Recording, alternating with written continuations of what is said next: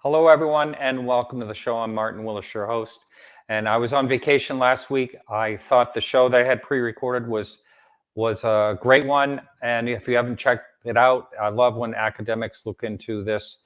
So anyway, I'm real excited about tonight.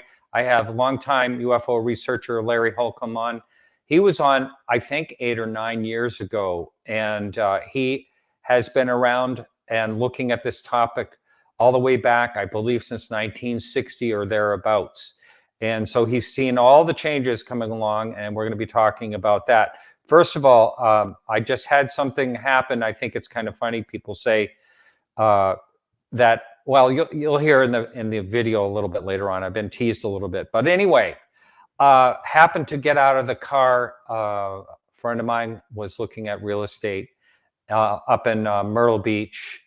Saturday, I got out of the car, and the real estate agent was meeting us at a location about a mile from the beach. And when I get out of the car, the real estate agent says, "Hey, look up, there's the Chinese balloon." And I said, "Oh yeah, that looks just like it." He said, "That is the Chinese balloon."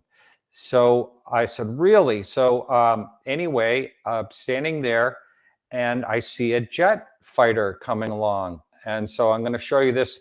There's a really good clip of one of these up on my video shorts on my YouTube channel. So check that out.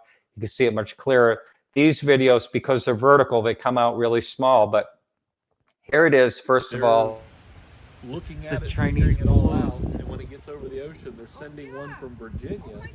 That will go up high enough. Fighter jets coming to look at it. Ship from Beaufort that will This is really the balloon. Basically, I say that the fighter jet is coming to look at it, but that's not what it was coming to do. So I started snapping pictures, and here's the sequence. Here it is. If you look over to the left of your screen, and these images and videos will be linked in show notes. So the first picture, it's a perfectly round balloon. The second one is when it was hit by the missile. You can see it's in an oblong, like an egg shape. And then the third image, poof, it's done blown up. So I was just shocked that I just got out of the car, and 5 minutes later, my friend Donna and I are witnessing the balloon. He does a podcast UFO show. Yeah, I actually am doing this while they shot the balloon. It's coming down. They shot the balloon just live right now, and I caught it on film, the Chinese balloon. That's amazing. This is live, catching it on film when they shot it down. The jet just went by and just shot it down. And it's coming down. It's 60,000 feet right now. It's got a long way to go. This is like historic.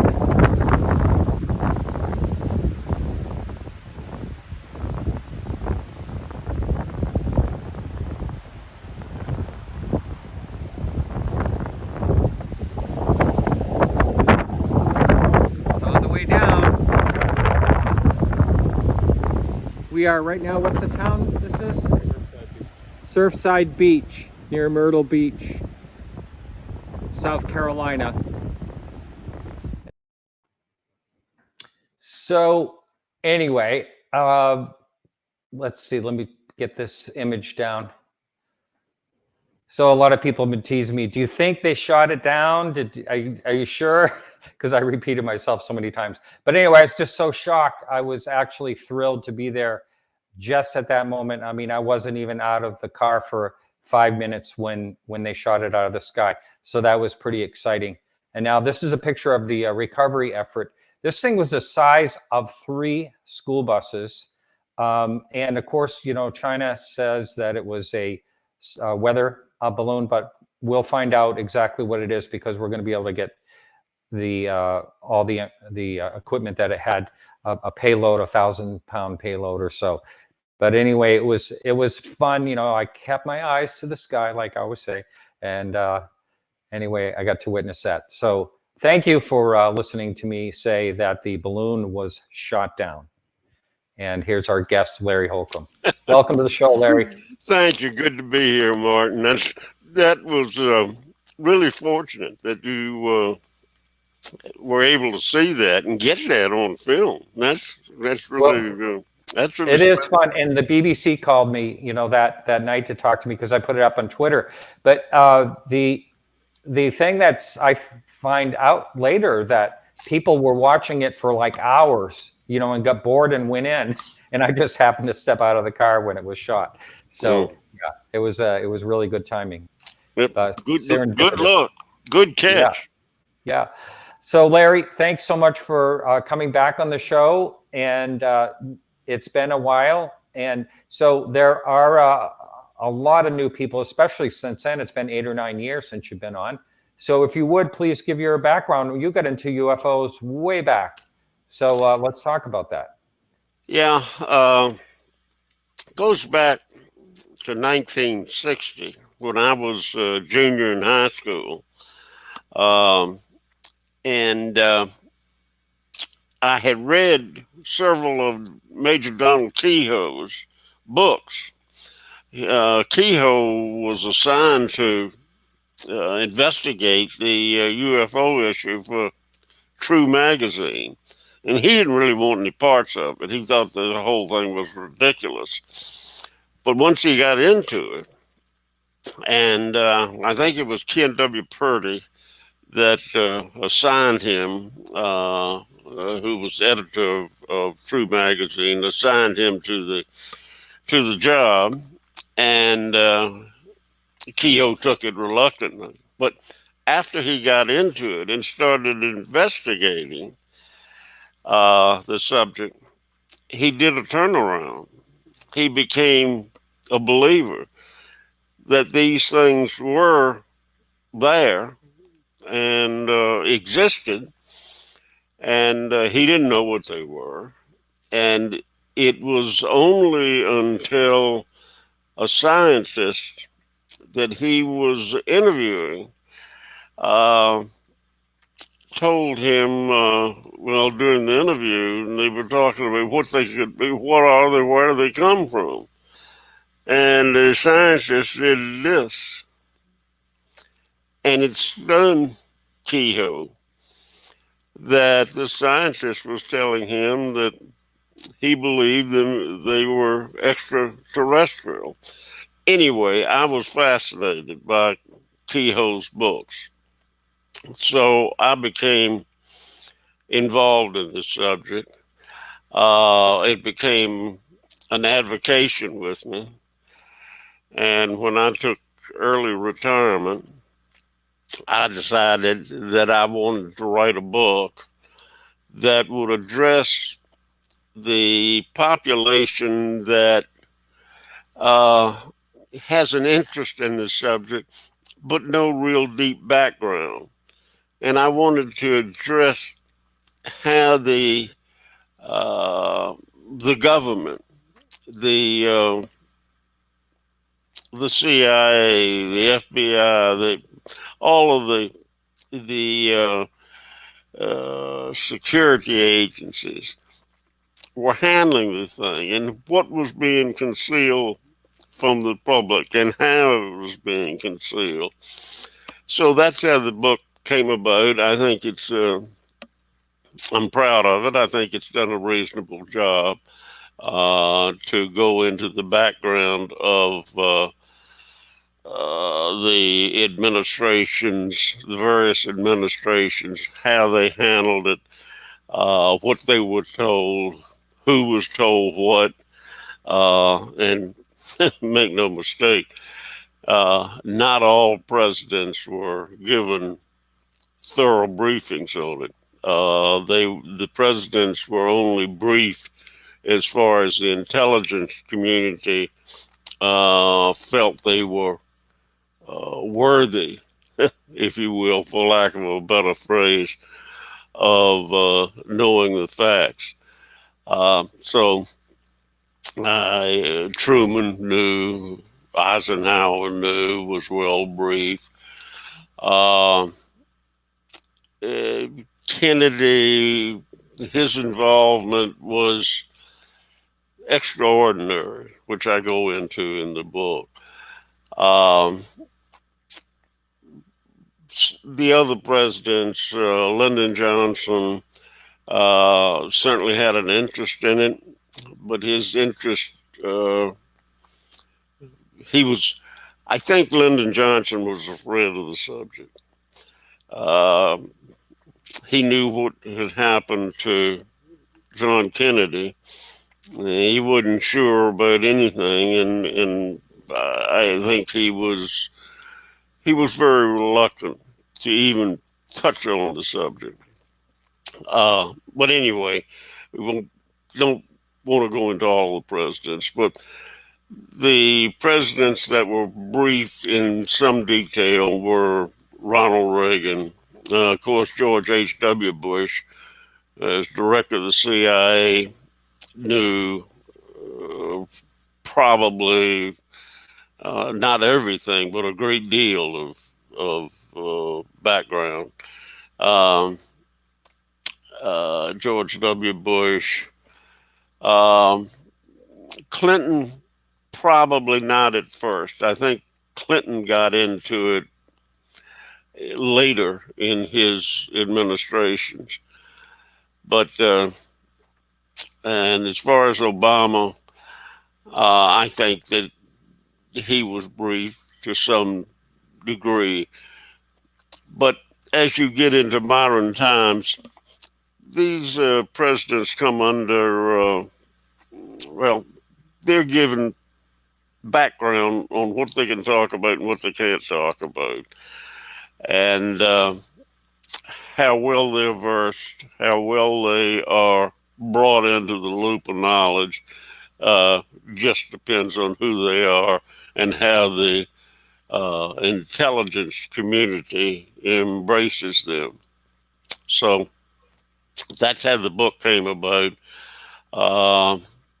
I'm getting to the point now where I've been doing this a long time, and I guess you could say I'm sort of semi-retired now. Let the younger folks out there take over and do the footwork, and certainly there in today's time there's a great deal to look at, and there have been some remarkable steps toward disclosure.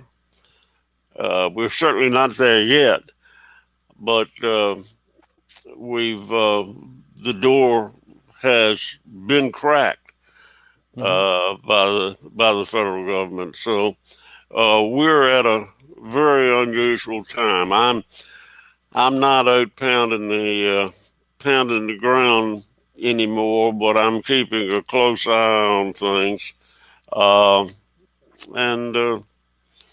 I'll step in every now and then and shoot my mouth off, I guess, when I find it maybe it's necessary. But that's basically my background. Right. Thank you. And yeah, you're here to shoot your mouth off, so you can talk because I want to find out. As you say, it has been kind of remarkable in the last few years, since 2017, late 2017. There's been some government action at this point. The Pentagon now, but you've seen this before, but not. Don't you think it's not to this extent as it is right now? Oh, I think what's happened since 2017, I guess, Yep. has been remarkable. The government denied everything up until then. They just flat denied that there was any unidentified objects in the sky. Well, now all of a sudden we know they are. They have admitted it. They say they don't know what they are. Certainly it's a matter of national security.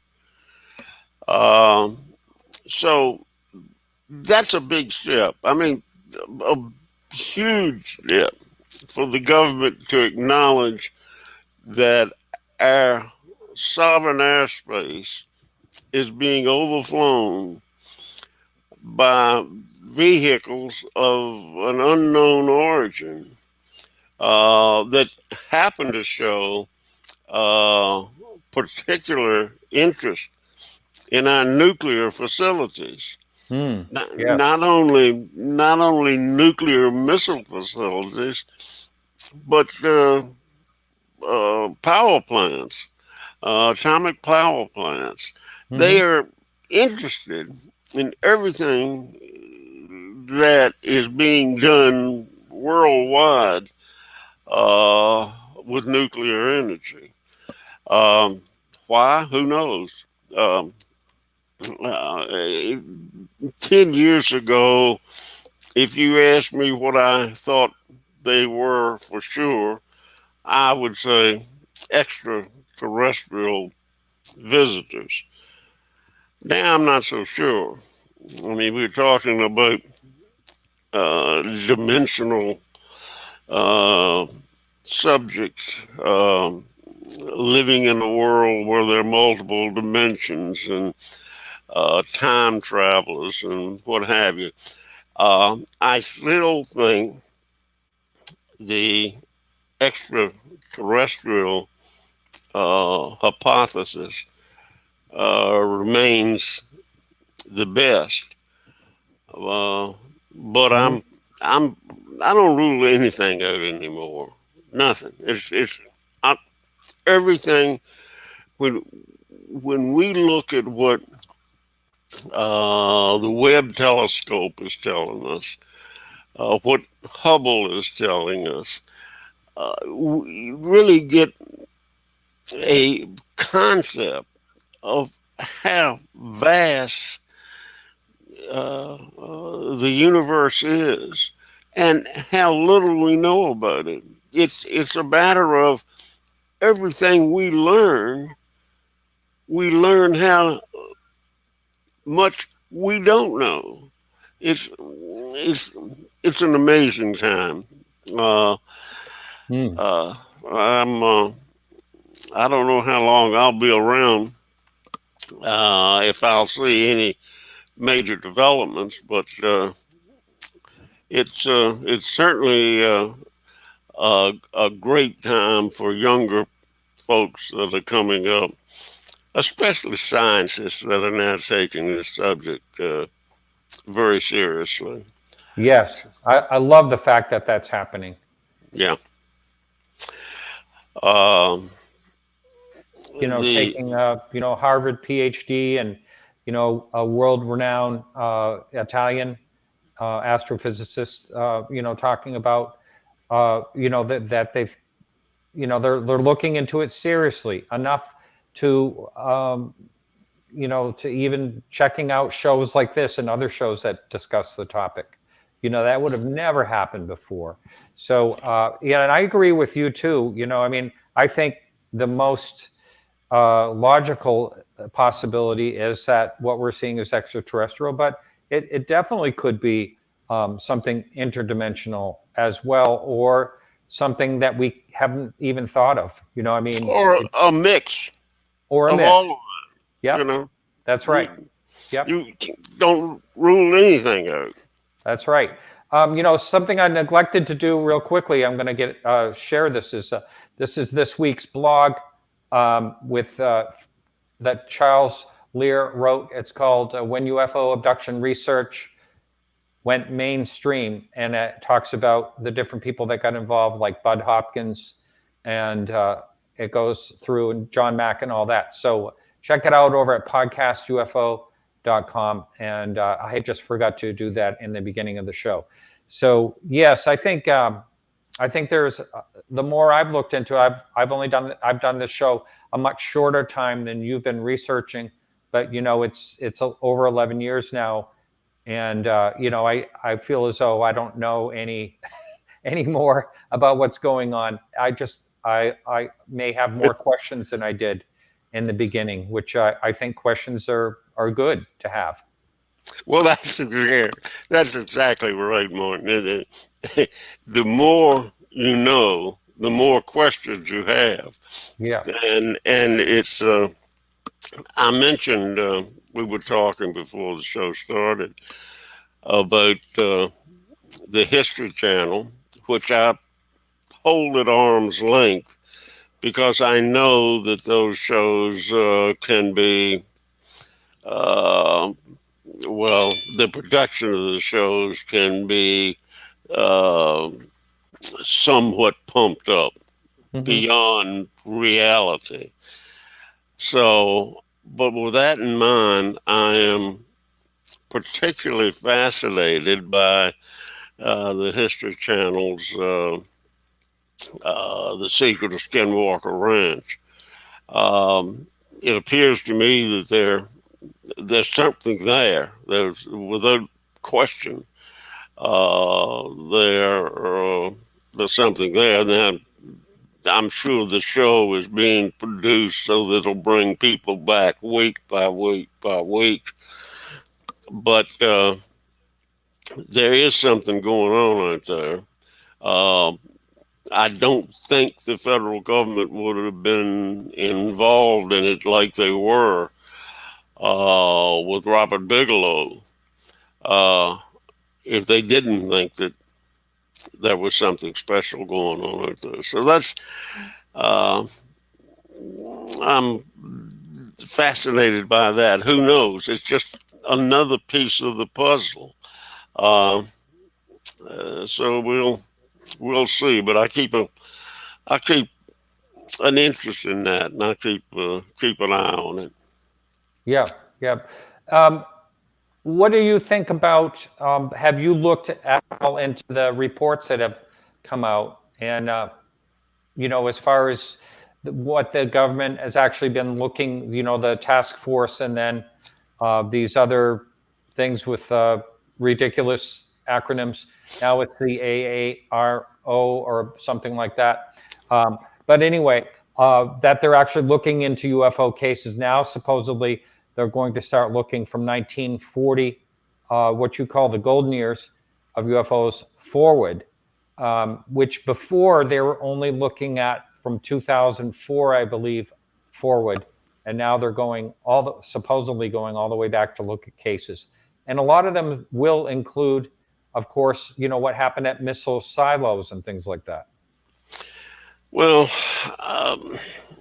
I've got mixed emotions about this. If you watch recently what's happened with Lou Elizondo and the operation that he headed for a while, and Christopher Mellon. I mean, these are pretty big hitters. Yeah. That are now involved in this. You go back, and I guess what troubles me is if you go back to, let's say, Roswell, which is sort of the granddaddy of them all, the beginning of the whole thing. What do we really know? If we've recovered alien spacecraft, who knows about it? It appears that it doesn't make any difference if you have 4 stars on your shoulder or not. If you don't have a need to know, you don't know. So how confined is the knowledge? What does our government really know? I mean, when you have people that stand up and, like Chris Mellon, I don't think he is in the loop of knowledge. Probably Lou Elizondo isn't either. There's if in fact we do have, our government has uh, alien material, alien devices, even alien bodies, there must be a very, very small group of people that have this knowledge. Um, so I guess what I'm getting at here is you hear these people that are talking now that you would think would be on the inside, but obviously they're not, unless the fact is that we don't have this data. Uh, it was made up. We don't have a spacecraft from Roswell, uh, or alien bodies, what have you. Um, so it's confusing to me to hear these people that have a great deal of depth and background that apparently don't know if, in fact, that exists. The evidence exists and is being held somewhere. Uh, these people don't know about it.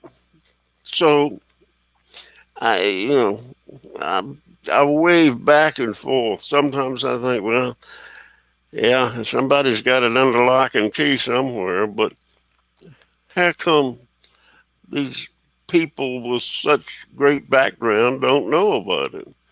And where is it? So that's the mystery that I wrestle with today, in today's time. Uh, do we have this material? Or when I say do we, does someone uh, have this? Is there really uh, a Majestic 12 operation, or what used to be a Majestic 12 operation, that some tiny group of people are in the know? Um, but then you have to think that the military industrial complex would have to be brought in. They would have to, you would have to have uh, scientists, not from within the government, but from private industry that were researching this stuff. So, how do you keep a lid on it? I mean, that's that's what troubles me. I don't know if I've made myself clear or not, but uh, that's very troubling to me. When I spoke with Chris Mellon, I was lucky enough to be the first person to interview him on this topic back in 2015. And when I spoke to him, he said that if a president directly wanted to know about UFOs, then he would be directly briefed on it by the information that they have. And so I guess I want to ask you, when you were researching for your book, would you agree with that statement? Um, I guess to some degree, but uh, does how much does Chris Mellon know? That's the question. Is he can speak with authority, but if he doesn't know the hardcore facts himself, he can only speculate. Um, I don't know what the presidents are told. Um, there's a lot of rumors about all of that, about Reagan being briefed by someone from the CIA called the caretaker. Uh, if that has any truth to it, he was certainly briefed in some pretty great detail. Uh, I don't think Jimmy Carter was until perhaps later. Um, so I don't know. I mean, this borders on what I'm talking about. I don't know what these people, these experts, the people that you would think know the background. I know that Luis Elizondo will get to a point where he says that's something he really can't get into except to say thus and so and thus and so. Mm-hmm. So there's a line they can't step over. That would, to me, indicate that they certainly know more than they're able to say. But what's the depth? How deep is their knowledge? Um, I don't know, but I would not be surprised at all to find out that there is really an organization, a group that perhaps knows a part of the real story, and another group that knows a part of the real story. In other words, compartmentalized. Right. And in that case, I can see how this may work. Um, and maybe each of these people know a bit of the story, but not the full story. Does anybody know the full story? Uh, Do you think it's possible that they're just as baffled as we all are by what's going on, or do you really do think that they may know a little bit more? oh, I think they know more than they're willing to talk about. How much more, I don't know, but I think they know more. Um, and in their particular area of expertise, again, everything being compartmentalized, uh, they don't. There's a line they don't step over. They don't get in meddling into what someone else is doing. Uh, our government is very, very good at keeping secrets. Um, Not political secrets. That's something else. They can't Mm. keep political secrets, but secrets that involve national security, um, that area, they are very good at keeping secrets. And even better is the military industrial complex. They're really good at keeping secrets. Uh, Probably better than the three-letter agencies are, but they're very good at it. The reason is that's their livelihood. Hmm. They make millions and billions of dollars by developing uh, uh, uh, whatever Weaponry weapons. and aircraft. Yeah, Yes, all that. and they're very good at that, and they don't want to disrupt their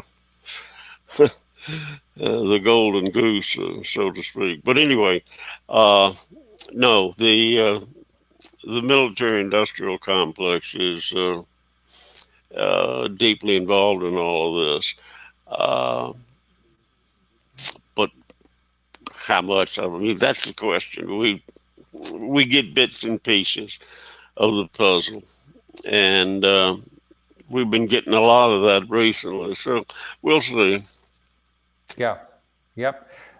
So what, one of the things I like to ask someone like you that's been researching for so long, the changes that you've seen. You used to talk about the golden years, and you thought the golden years. I do believe the reason you called them that is that there weren't as many. It was harder to have hoaxes back then, for one, right? In the beginning, they couldn't alter the photographs the way they can now. There wasn't Adobe, Photoshop, things like that back then. Do you think that since the internet's come along, what type of changes have you seen? Well, if you go back to the beginning of the modern era, which I guess you could go back to even farther, but I think that Roswell really was the beginning of the modern era of what we now call UFOs, or whatever name the government's applying to them now. It all boils down to the same thing: flying saucers. But what Truman knew was he knew the whole story as far as it was then. And he put a clamp on it. I mean, he clamped down on it, and that was passed on to Eisenhower. Degree, although when Eisenhower worked for Truman, they had a pretty good relationship. But then when Eisenhower started running for the presidency, that relationship froze over. But still, Truman's head of the CIA when it was first set up was why does that name escape me? It happens when you get older. But anyway, he was Eisenhower's chief of staff during the war. And then he became head of the CIA after the CIA was formed. And Eisenhower became president. Well, he was Eisenhower's chief of staff, so now head of the CIA. So I don't think Truman had to pass on anything to Eisenhower. His chief of staff very well took care of that. Why can't I remember that name? But anyway. That was Dulles? Huh? Alan Dulles? No. It was Edgar. What am I thinking of? No. Well, anyway, that's all right. But anyway,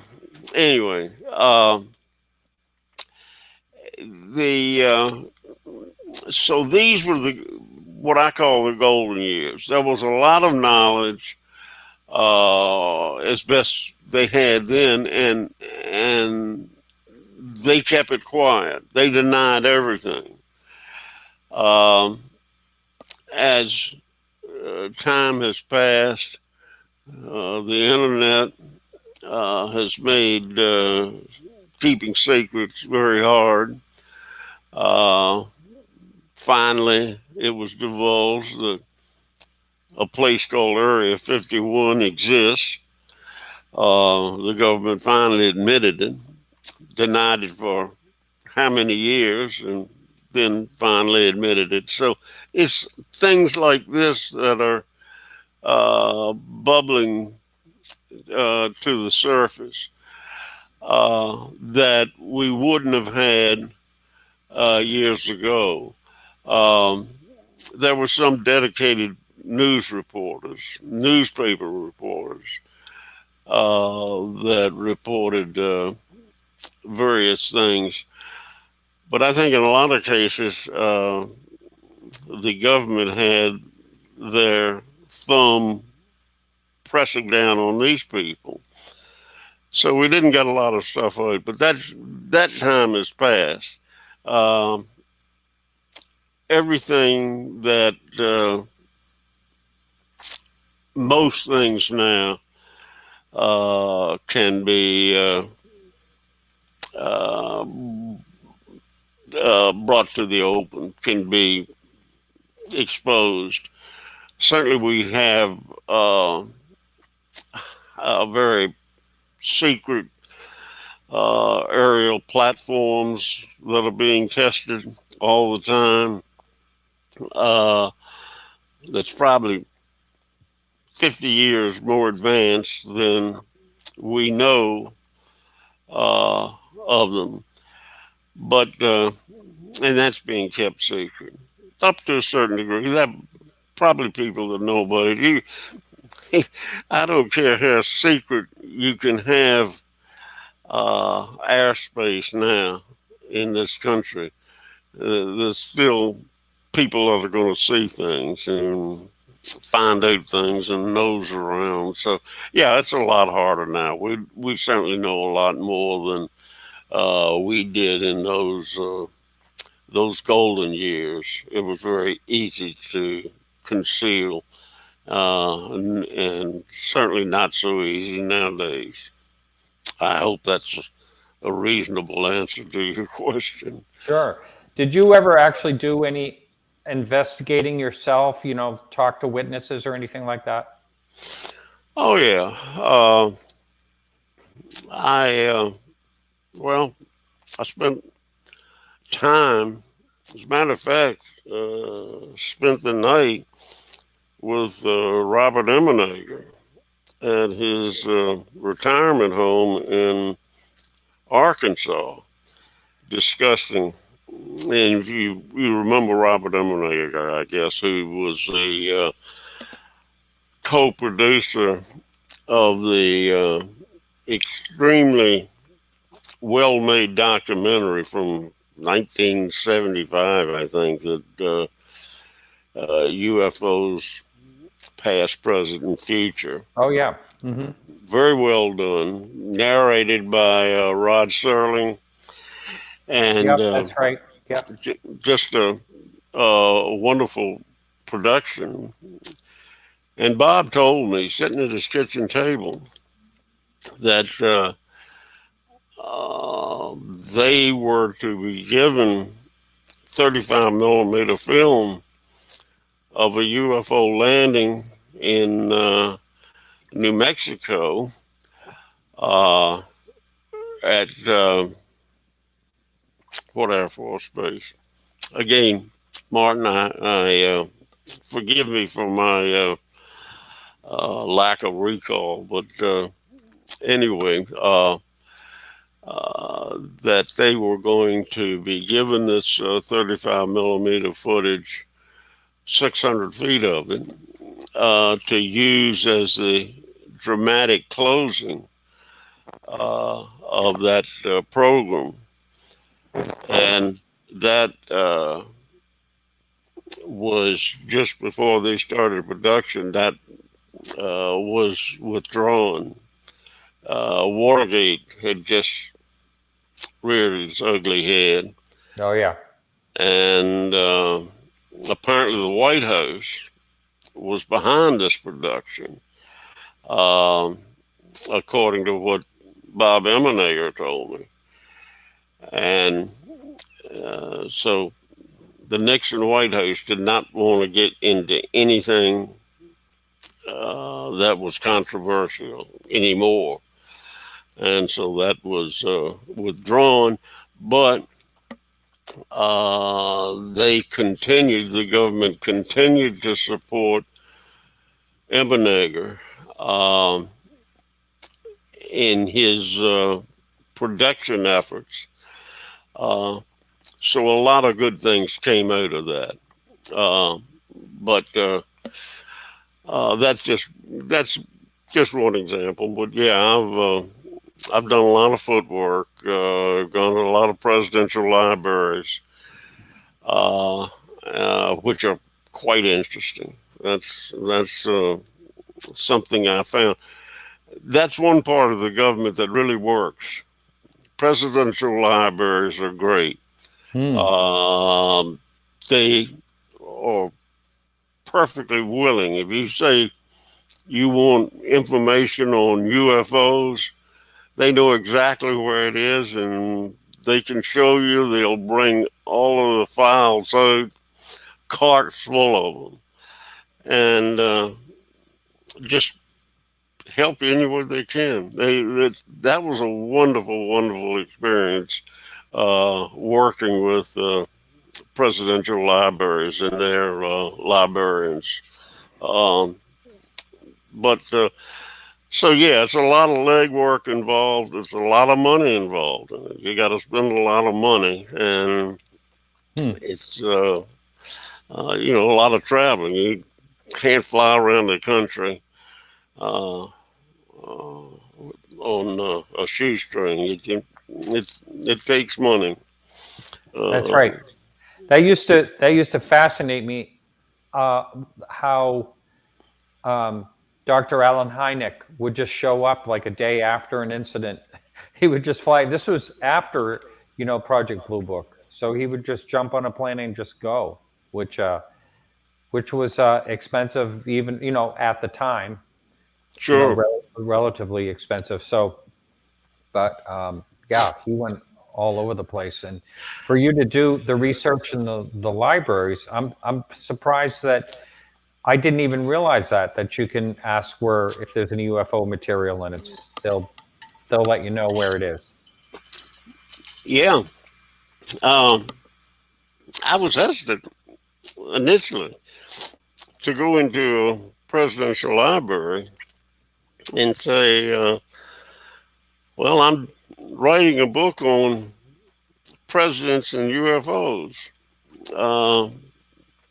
What information have you got? And I thought that, I would get eyeballs rolling around and a pushback. But the exact opposite was the case. They told me where I could find the stuff. That is, where to look for it. And when I found something file-wise that I thought would be interesting, they'd bring it to me. They wouldn't just bring me the file, they'd bring me the whole box of files. Rolling them out on a cart, and just leave them there at your table, and you could go through these files, pick one and go through it and see what's in it. Put that away and move to another one. And they'd photocopy things for you. Of course, they'd charge you for that. But that wasn't necessary because I had my iPhone with me. So you just lay the document out on the table and take a picture of it. I got a whole slew of pictures that I took from of files in presidential libraries by any number of people, well-known people, Secretary of State, just information back and forth discussing in many times the UFO issue. So the information is out there for anybody that wants to take the trouble to look for it. Now we've only. Huh? Pardon me. Go ahead. I'm I think it'd be very interesting if anybody wanted to do it. It's not difficult. Obviously, when you go into a presidential library, you can't take a briefcase. You can't, Yeah. you got to leave everything that you've got. You have a jacket, they give you a locker to put it in and all that before you go into the library. The only thing you can bring in is, as I recall, a pencil and a legal pad. That's it. And your phone. And your phone. Yeah. And your phone. So, Listen, we've only got 3 minutes left. So if you would, if you can wrap it up in 3 minutes, what was the most interesting thing you found in any of the libraries, and which library was it? I guess it was probably the Johnson Library. Had some very interesting things in there that led me to believe how much Lyndon Johnson wanted to stay away from the subject. Huh? Certainly, and I can't remember exactly what I got from the Kennedy Library, but it was clear that Kennedy wanted to divulge a great deal of our secrets in the UFO field, not only to the public here, but to the Russians. And the Russians were supposed to give us all of their information. And that really disturbed the intelligence community in the United States. They didn't want any parts of this. They didn't want anything divulged to the Soviet Union. And that's why they got Lee Harvey Oswald. I'm just kidding. This starts a conspiracy. That's I cover that in the book. Okay. I don't necessarily buy into it, but I don't disregard it either. It's interesting. Well, thank you so much, Larry. It's been a real pleasure. Martin, it's been a pleasure. I enjoyed it. Always enjoy talking with you. You bet. All right. You take care. You too. All right. All right, everyone. So that's it. We'll see you next week. And remember to keep your eyes to the sky.